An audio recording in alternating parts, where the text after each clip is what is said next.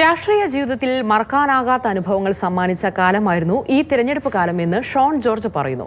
പ്രചാരണ സമയത്ത് കൊച്ചുകുട്ടികൾ വരെ തന്നെ ചേർത്ത് നിർത്തി. കഴിഞ്ഞ ദിവസം കൂടി ഒരു കുട്ടി തന്റെ അടുത്ത് വന്ന് പാല വളരുമോ എന്ന് ചോദിച്ചെന്നും ഷോൺ ജോർജ് മാതൃഭൂമി ന്യൂസിനോട് പറഞ്ഞു. എനിക്ക് ഒരു വലിയ സന്തോഷം തോന്നിയത് കുട്ടികളുടെ ഒരു സാന്നിധ്യമാണ്. സ്വീകരണ യോഗങ്ങളിലെല്ലാം ഇപ്പം കുട്ടികളെ കൊണ്ട് മാലയിടിപ്പിക്കുക ഇതൊക്കെ സ്വാഭാവികമായിട്ടില്ല രാഷ്ട്രീയ പാർട്ടിയും ചെയ്ത് അങ്ങനെയല്ലായിരുന്നു. ഇപ്പോൾ സോഷ്യൽ മീഡിയയുടെ അത് പ്രശ്നം കൊണ്ടാണോ എന്തുകൊണ്ടാണോ കുട്ടികളുമായിട്ട് ഞാൻ പെട്ടെന്ന് കണക്റ്റഡായി. അരിയുത്ര വല്യച്ഛൻ്റെ തിരുനാളായിരുന്നു.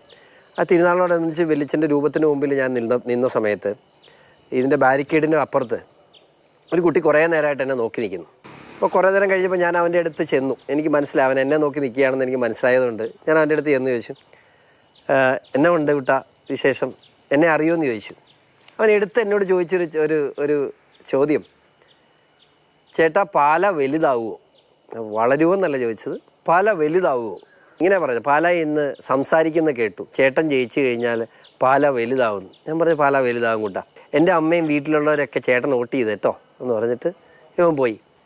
ശരിക്കും എന്നെ മനസ്സിനെ ഭയങ്കരമായിട്ട് പിടിച്ചു കുലുക്കിയ ഒരു കാര്യമാണ്.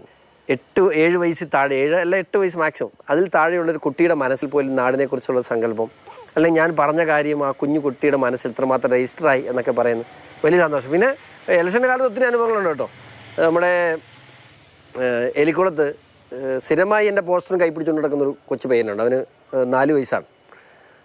ഞാനവിടെ അവിടുത്തെ വീട് കയറാൻ പോയപ്പോൾ ഇവന് എഴുന്നേറ്റില്ലായിരുന്നു. അപ്പോൾ എഴുന്നേറ്റ് ഞാനവിടെ വീട്ടിൽ ചെന്നിട്ട് പോയെന്ന് പറഞ്ഞപ്പോൾ മുതൽ ഭയങ്കര ബഹളം. അവസാനം ഞാനൊരു 10 കിലോമീറ്റർ അകലെ നിന്ന് ഞാൻ ഇവനെ കണ്ട് ഇവനെ എടുത്തുകൊണ്ട് പോകേണ്ടി വന്നു. അപ്പോൾ അങ്ങനെ ഈ തെരഞ്ഞെടുപ്പിൽ എൻ്റെ ഏറ്റവും വലിയ സന്തോഷം എന്നോടൊപ്പം ഉണ്ടായിരുന്ന കുട്ടികളാണ്.